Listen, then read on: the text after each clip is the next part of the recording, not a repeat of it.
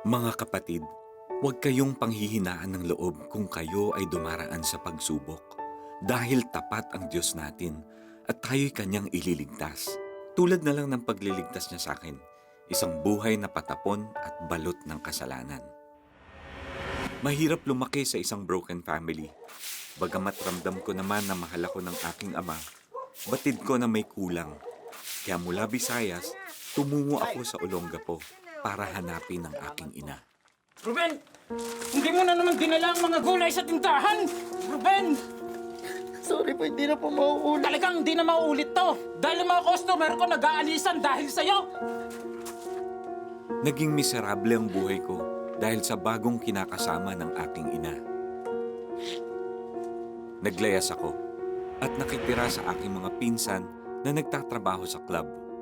Hindi nagtagal, isang manager ang nag-alok sa akin ng pagkakakitaan.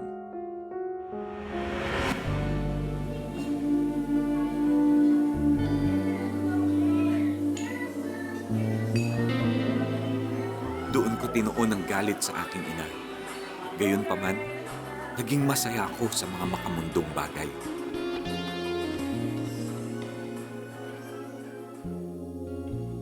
Para mabuhay, pikit mata kong pumasok sa isang relasyon. Binigay niya sa akin ang lahat. Bahay, sasakyan, pera. Di bali na kung mali. Basta maahon ko lang ang aking pamilya sa hirap. Matapos ang 6 na buwan, natudukan din ang aming relasyon. At sa pagtatapos nito, ay siya namang pag-abot sa akin ng Panginoon nang maimbitahan akong dumalo sa isang Kristiyanong pagtitipon. At kapag siya ay nasa iyo na, magkakaroon ka ng pag-asa na matagal mo nang inaasam. Sa oras na yon, wala akong nagawa kundi aminin sa Diyos na ako'y napapagod at nawawala ng pag-asa sa buhay dahil sa mga kasalanan na nagawa ko. Pero nung araw din na yon, simulang nagbago ang buhay ko matapos ko siyang tanggapin bilang Panginoon at tagapagligtas ko. Walang pagsidla ng aking kaligayahan. Ganito pala kapag may relasyon ka na kay Jesus. Subalit ito'y panandaliang napalitan ng takot nang makulong ako sa isang masamang panaginip. Hinahabol nila ako.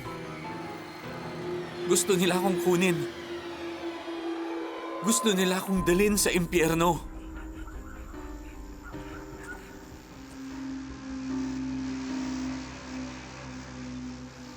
Pero naramdaman ko ang pag-ibig ng Diyos nang ako'y Kanyang iniligtas. Mula noon, batid ko na pinatawad na ako ng Diyos. Inalis na niya ako sa kadiliman at tunay na akong nanampalataya kay Jesus. Sa paglalim ko sa salita ng Diyos, unti-unti kong natutunan ang pagtalikod mula sa makamundong bagay. At higit sa lahat, napatawad ko ang aking ina at amain. Matapos naman ng pagtsatsagang pag-aaral, tinanggap ko ang panawagan ng Panginoon na maging isang pastor. Sa paglipas ng mga taon, biniyayaan naman ako ng isang butihing asawa. 3 beses man siyang nakunan, patuloy kaming naniwala na mabibigyan din kami ng anak. Subalit isang pangyayari ang yumanig sa amin.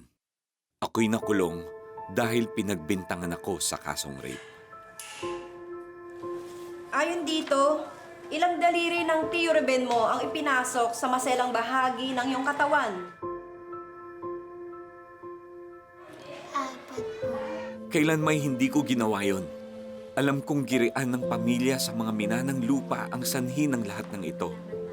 Pero hindi ko inakala na aabot sa sukdulan ang galit nila sa aming mag-asawa. 6 na taon at 2 buwan na akong naninirahan sa likod ng mga rehas. Diyos ang tanging kong kalinga. Gustuhin ko mang sumuko, malinaw ang Kanyang salita sa akin. Ang ipalaganap ang Kanyang salita sa mga taong nakakulong upang sila rin ay magkaroon ng kalayaan kay Jesus. Hindi ako pinabayaan ng Diyos. Totoo nga na kapag ipinagkatiwala natin ang lahat sa Diyos, siya ang tutulong sa atin, magtutuwid at magbibigay katarungan. Naniniwala po ba kayo na nagawa ni Mr. Roquinho ang krimeng ito sa inyong apo? Hindi ako naniniwala.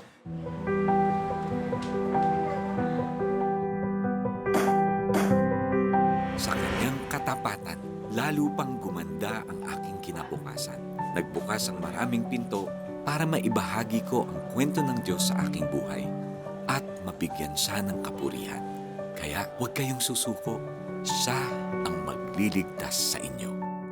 Habang ang buhay kong ito na pinahiram ng Lord sa akin na natitira, magpapatuloy ako sa presensya ng Diyos. At para yung mga kaluluwa na yan, maligtas. I'm so blessed because we have a baby boy. Napakasaya kasi sabi ko, tunay na akong tatay. Ito yung pinakabuod na pagkikilala ko sa Panginoon na sa lahat ng pagkakataon, lahat ng pagsubok na binigay sa akin, sa buhay ko, ang Diyos ang aking inasahan at very, very helpful ang Lord sa aking buhay. Napakabuti ng Panginoon. Totoo ang pagmamahal, pag-aruga ng Diyos sa buhay ng bawat isa. If this story touched your heart, support CBN Asia and help bring God's miracles into more homes. Tap to donate today.